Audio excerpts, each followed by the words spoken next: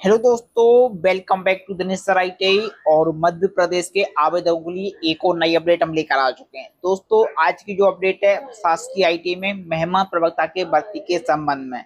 आपको पता है कि कल 14 अगस्त को यहाँ पर जो मेरिट सूची है वो यहाँ पर जारी कर दी गई है और आप सभी लोगों ने यहाँ पर देख ली है। जिन आवेदकों ने नहीं देखी है तो वो आप यहाँ पर चेक कर सकते हैं। अब मेन सवाल ये होता है कि सर हमारा नाम आ चुका है, किसी का नाम फर्स्ट पे है, किसी का नाम 10वें नंबर पे है, किसी का नाम 50 नंबर पे। तो हमारी ज्वाइनिंग की क्या प्रोसेस है, कब और कैसे ज्वाइनिंग होगी, हमको इन्फॉर्मेशन कैसे मिलेगी कि हमको ज्वाइन कहाँ करना है, ठीक है ना। A to Z इन्फॉर्मेशन देने वाला हूँ आप लोगों के लिए। चलिए चलते हैं पोर्टल पर, चेक कर लेते हैं। देखिए, इसके लिए आपको आना है गूगल पर और यहाँ पे लिखना है MP स्किल। जैसे ही लिखोगे फर्स्ट लिंक आ जाएगी, इस पे आपको करना है क्लिक। जैसे ही दोस्तों क्लिक करते हैं, इसके सामने आपके पास जो नेक्स्ट पेज है वो यहाँ पे हो जाएगा हमारे सामने यहाँ पे ओपन। तो चलिए, ये हो चुका है यहाँ पे ओपन। अब दोस्तों यहाँ पे आपको करना है स्क्रॉल, ठीक है ना। जैसे ही दोस्तों इसको करोगे आपको यहाँ पर देखने को मिल जाएगा गेस्ट फैकल्टी, ठीक है ना। तो यहाँ पर देखिए, दिख रही वाली पट्टी, इस पट्टी पे आपका यहाँ पे क्या आएगा, गेस्ट फैकल्टी। चलिए हम इसको कर लेते हैं यहाँ पे ओपन। देखिए ये आ चुका, लिखा हो गेस्ट फैकल्टी, ठीक है। इस पे आपको करना है, यहाँ पर क्लिक कर लेते हैं। जैसे ही आप लोग क्लिक करोगे तो नेक्स्ट पेज है वो हमारे सामने आ चुका है। यहाँ पे लिखा है गेस्ट फैकल्टी डिटेल्स, इस पे आपको क्लिक करना है। और यहाँ पे आओगे तो यहाँ पे आपको दिख रहा है व्यू मेरिट लिस्ट, इस पे आपको करना है क्लिक। जैसे क्लिक करोगे नेक्स्ट पेज खुल जाएगा। अब आपको किस संभाग की देखनी है, मान लो आपकी देखनी है बालाघाट की। यहाँ पे क्लिक करोगे, जो भी यूनिवर्सिटी वो यहाँ पर डालोगे और जो ट्रेड है वो ट्रेड यहाँ पे मान लो ट्रेड डालोगे, जो भी ट्रेड होंगी। तो मैं यहाँ पे कर लेता हूँ, ट्रेड को सेलेक्ट कर लेता हूँ। ये मैंने कर लिया क्लिक और व्यू मेरे एप्लीकेशन में क्लिक करूंगा। जैसे क्लिक करूंगा, अब देखिए दोस्तों मेरे सामने ये खुल जाएगी लिस्ट। अब देखिए आप लोग यहाँ पे देखोगे ये लिस्ट यहाँ पे आ चुकी है, ठीक है ना।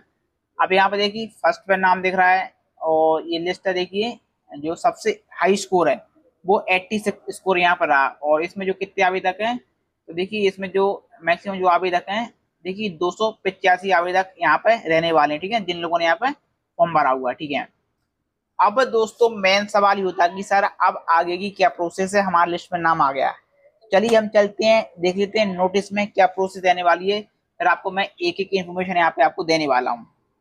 अब देखिए दोस्तों, जो ज्वाइनिंग की प्रोसेस वो क्या रहेगी। अब यहाँ पर देखोगे, देखिए सबसे पहले तो दोस्तों यहाँ पर जो दिव्यांग आवेदक हैं उनकी ज्वाइनिंग यहाँ पे होनी है। तो उनकी जो दिव्यांग आवेदक हैं उनकी यहाँ पे 3 लिस्ट जारी होंगी, फर्स्ट सेकंड थर्ड, ठीक है ना। तो यहाँ पे देखोगे जो फर्स्ट लिस्ट है कार्यान्वयन करने की कब से कब तक आएगी, तो 18 अगस्त से 25 अगस्त तक की चलने वाली फर्स्ट आवेदक। अब ये कैसे मालूम चलेगा कि भाई किसको ज्वाइन करना है। देखिए जो दिव्यांग आवेदक की सूची है, जिस भी ITI में दिव्यांग आवेदक की सीट होंगी उनकी जानकारी जो संयुक्त संचालक होते हैं, ठीक है ना, वो संयुक्त संचालक उस ITI में सूची भेजेंगे कि भाई दिव्यांग में इन कैटेगरी के आवेदकों को यहाँ पे ज्वाइन कराना है। वो लिस्ट भेजेंगे उस ITI में जिस ITI में रिक्त पद होगा। फिर वो ITI वाले कॉल लगाएंगे दिव्यांग को लिए। तो पहली लिस्ट वो भेजेंगे, JDO पे भेजेंगे जहाँ पर सीट उनके द्वारा रिजर्व कर रखी गई होगी।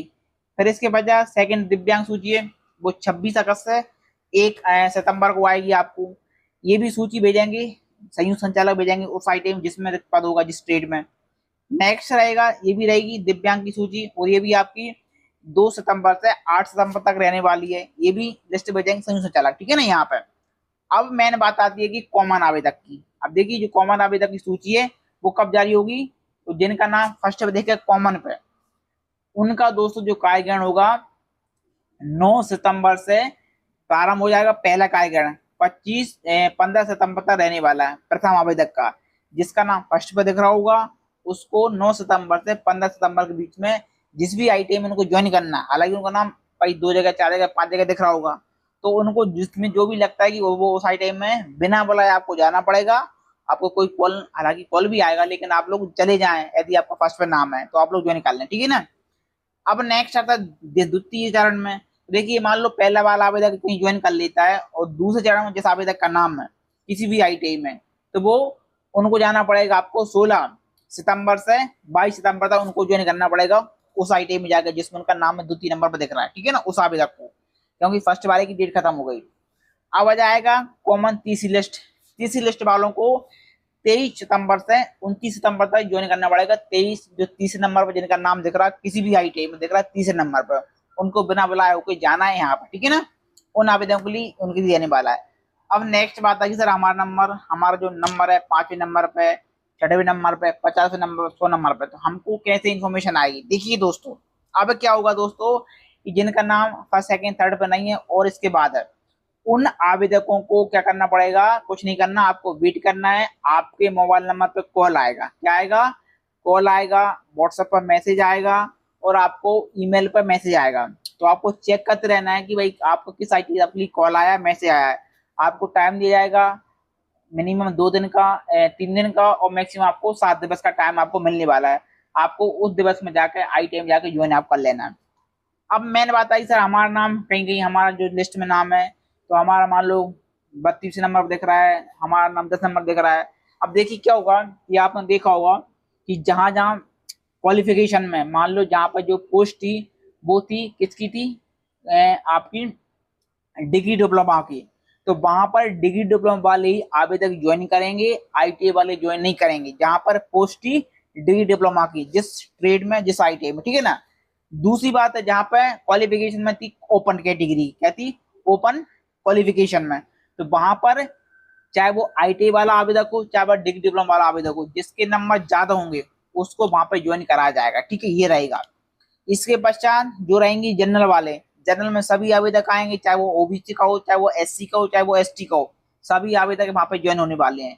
लेकिन जहां पर अब बात आती है कि फीमेल की सीट, जहां पर फीमेल की सीट है वहां पर फीमेल महिलाओं को बुलाया जाएगा। यदि मान लो किसी फीमेल ने वहां पर फॉर्म नहीं भरा है उससे आईटीआई में, तो फिर मेल आवेदकों को, उसी कैटेगरी के आवेदकों को वहां पर बुलाया जाएगा, ठीक है। यहाँ पे ये पूरी चलने वाली यहाँ पे। और मान लो कोई फीमेल नहीं मिलती तो फिर मेल को यहाँ पे ज्वाइन यहाँ पे कराया जाएगा। इसके बाद ये सूची है दोस्तों, 6 महीने तक ये जो अंतिम मतलब जो सूची है, मेरिट लिस्ट, वो यहाँ पर वैलिड रहती है। मान लो कोई छोड़ देता है बीच में या कोई ट्रांसफर हो जाता है तो फिर नेक्स्ट वाले आवेदक को बुलाया जाएगा। मतलब आपको कभी भी 6 मंथ के अंदर कभी आपको कॉल आ सकता है। लेकिन अभी जो कॉल आएंगे आपके लिए, कब आने वाले हैं? ठीक है, ये कॉल आएंगे आपको 29 नवंबर के बाद। आपको 29 नवंबर के बाद यानी नेक्स्ट मंथ में आपको कॉल आना प्रारंभ आपका हो जाएंगे, ठीक है ना। तो आप लोग वेट करें सभी लोग, और जो सूची में यदि आपका नाम है तो आपको यहाँ पे ज्वाइन करना पड़ेगा। और यदि आपके कोई भी सवाल है, कोई भी कमेंट है आपके, तो आप मुझे कमेंट कर सकते हैं। यहाँ पे सभी के जवाब आपको मैं यहाँ पे देने वाला हूँ, ठीक है ना। तो ये पूरी इन्फॉर्मेशन देने वाली है। अब आपको लगता है कि भाई मेरे ये नहीं हुआ, अब देखिए यदि आप देखोगे तो यहाँ पे साफ लिखा हुआ है इनके द्वारा कि प्राचार्य ऑब्लिक संस्था प्रमुख मेहमान प्रवक्ताओं को मेरिट के अनुसार आमंत्रण पत्र निवास पते पर भेजेंगे, पंजीकृत डाक से या ईमेल पे या व्हाट्सएप के माध्यम से यहाँ पे भेजना पड़ेगा, ठीक है ना। और बाकी आपको पता है जो सैलरी है 20,000 पर मंथ आपको सैलरी मिलती है। सैलरी हर मंथ आती है, कभी किसी कारण से रुक जाती है, ठीक है। और दूसरी बात है कि मान लो कोई ट्रेनिंग ऑफिसर आ जाता है परमानेंट के लिए, तो आपको दोस्तों उसी दिन, जिस दिन वो आ जाएंगे उसी दिन आपको जो आमंत्रण है वो यहाँ पर समाप्त कर दिया जाएगा, यानी आपको कार्य यहाँ पे कर दिया जाएगा। तो आप लोग देख के ज्वाइन करें, क्योंकि आपको पता है कि भाई नई भर्ती भी होने वाली है, उनकी लिस्ट भी जारी होने वाली है। तो आपको आपको सोच लेना एक बार कि क्या हम ज्वाइन करें, कि किसी भी पद पर ट्रेनिंग ऑफिसर की भर्ती यहाँ पर हो सकती है परमानेंट की। तो आप लोग वेट करें। चलिए फिर मिलते हैं नेक्स्ट वीडियो में के साथ। वीडियो अच्छा लगा तो वीडियो को लाइक करें, शेयर करें। ओके दोस्तों, थैंक्स।